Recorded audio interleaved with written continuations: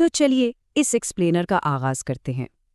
آج ہم YouTube channel mystic chronicle کی ایک انتہائی بحث طلب شارٹ ویڈیو کا بالکل غیر جانبدارانہ تجزیہ کرنے والے ہیں۔ اس ویڈیو میں ایک نہایت ہی سنگین موقف پیش کیا گیا ہے جو عالمی تاریخ اور جنگوں کے حوالے سے بہت گہرے سوالات اٹھاتا ہے۔ کسی بھی نتیجے پر پہنچنے سے پہلے یہ بہت ضروری ہے کہ صرف حقائق اور اس ویڈیو کی بنیادی ساخت کا جائزہ لیا جائے۔ ہم اس سورس مٹیریل کو ٹھیک اسی طرح دیکھیں گے جیسا کہ اس کو پیش کیا گیا ہے، تاکہ اس پوری کہانی کے پیچھے موجود بنیادیں کو ٹھیک سے سمجھا جا سکے۔ اب سوچئے ذرا، سورس اپنی کہانی کا آغاز ایک بڑے تضاد یعنی ایک پیراڈاکس سے کرتی ہے۔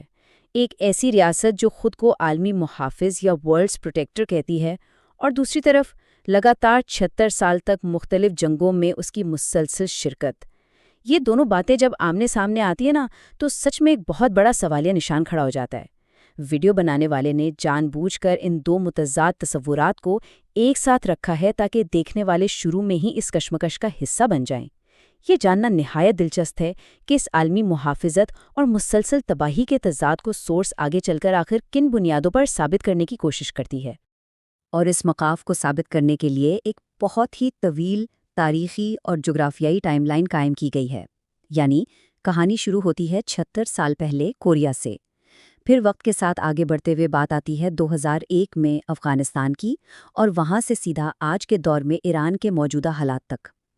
یہ صرف چند الگ الگ جگہوں کا ذکر نہیں ہے، بلکہ سورس کے مطابق یہ ایک مسلسل سلسلہ ہے جس نے وقت کے ساتھ دنیا کے مختلف حصوں کو اپنی لپیٹ میں لیا۔ یہ تسلسل یہ ظاہر کرنے کی کوشش کرتا ہے کہ جنگوں کا مرکز بھلے ہی بدلتا رہا ہو، لیکن ان کی شدت اور سلسلہ کبھی نہیں رکا۔ خیر، آئیے آگے بڑھتے ہیں۔ حصہ پہلا، تاریخی جنگوں کے نقصانات۔ دیکھیں، سورس نے اپنی بات کی بنیاد رکھنے کے لیے جو سب سے پہلا عدد پیش کیا ہے وہ واقعی حیران کر دینے والا ہے۔ دعویٰ یہ کیا گیا ہے کہ کورین وار یعنی کوریا کی جنگ سب سے زیادہ تباہ کن ثابت ہوئی۔ اس میں تقریباً 25 لاکھ، جی ہاں 2.5 ملین عام شہری اور افراد اس تباہی کی بھینٹ چڑھ گئے۔ ایک ہی خطے میں اتنے بڑے پیمانے پر جانی نقصان کی نشاندہی کر کے یہ بیانیہ ابتدا سے ہی ایک انتہائی تناؤ بھرا منظر پیش کرتا ہے۔ اس طرح کے اعداد کا مقصد صرف تاریخ بتانا نہیں ہوتا، بلکہ آنے والی معلومات کے لیے ایک ذہنی اور جذباتی بنیاد فراہم کرنا ہوتا ہے۔ کوریا کے فوراً بعد رخ کیا گیا ہے ویتنام کی جنگ کی طرف، ایک ایسی جنگ جو لگاتار 19 سال تک چلتی رہی، اور اس لمبے عرصے میں مزید 20 لاکھ یعنی 2 ملین لوگوں کی جانیں چلی گئیں۔ سورس ان اعداد کو بلا وجہ اکٹھا نہیں کر رہی، بلکہ اس کو ایک مخصوص تسلسل کے طور پر پیش کر رہی ہے۔ ان اعداد کو ملا کر دراصل ایک ایسی فضا قائم کی جا رہی ہے جو جدید دور کی جنگوں کو سمجھنے کے لیے ایک بیک گراؤنڈ کا کام دیتی ہے۔ آئیے اب آتے ہیں اگلے حصے پر۔ حصہ 2، 2001 کے بعد کی جنگوں کے اعداد و شمار۔ اب یہاں سورس نے جدید دور کے اعداد کا ایک بہت ہی خاص موازنہ کیا ہے۔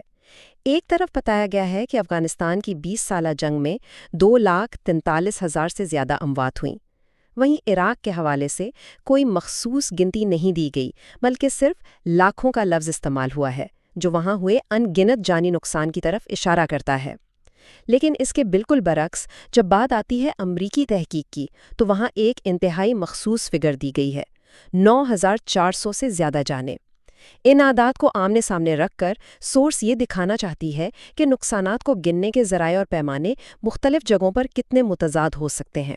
پھر کیا ہوتا ہے کہ ان تمام اعداد کو، یعنی افغانستان، عراق، شام اور ایران کو جب ایک ساتھ جمع کیا جاتا ہے تو یہ شارٹ ویڈیو اپنے مرکزی نتیجے پر پہنچتی ہے۔ ایک حیران کن فگر سامنے آتی ہے: 47 لاکھ یعنی 4.7 ملین زندگیوں کا خاتمہ۔ یہ عدد اپنے آپ میں بہت بڑا ہے، لیکن یہاں نیت صرف اعداد گننے کی نہیں ہے، کیونکہ سنگین نتیجے کے ساتھ ہی ایک واضح دعویٰ یہ بھی جوڑا گیا ہے کہ ان مرنے والوں میں اکثریت مسلمانوں کی تھی۔ یعنی یہاں سے اس وضاحت کا رخ خالصتاً نمبرز سے نکل کر ایک گہرے سیاسی اور مذہبی پہلو کی طرف مڑ جاتا ہے۔ حصہ 3، مسلمانوں پر اثرات اور باقی رہنے والے سوالات۔ تو یہاں سے ڈیٹا اور نمبرز کا سلسلہ ختم ہوتا ہے، اور سورس ہمارے سامنے کچھ نہایت ہی گہرے اور سچ کہوں تو وجودی سوالات رکھتی ہیں۔ دنیا نے آخر اس کی کیا قیمت چکائی؟ کیا واقعی نشانہ بننے والے زیادہ تر مسلمان ہی تھے؟ یہ حملے صرف مسلم ممالک پر ہی کیوں ہوتے ہیں؟ اور کیا مسلمان بزدل ہو گئے ہیں یا ان کی سنہری تاریخ کو جان بوجھ کر مٹا دیا گیا ہے؟ یہ سوالات معلومات فراہم کرنے سے زیادہ ذہن کو جھنجھوڑنے اور اس تاریخی تسلسل کے پیچھے چھپے مقاصد پر شک کرنے کی ایک ٹیکنیک ہے۔ اور اس ایکسپلینر کے آخر میں سب سے زیادہ بحث طلب سوال جو بھر کر سامنے آتا ہے وہ یہ ہے، کیا دنیا انہیں جان بوجھ کر ٹارگٹ کرتی ہے؟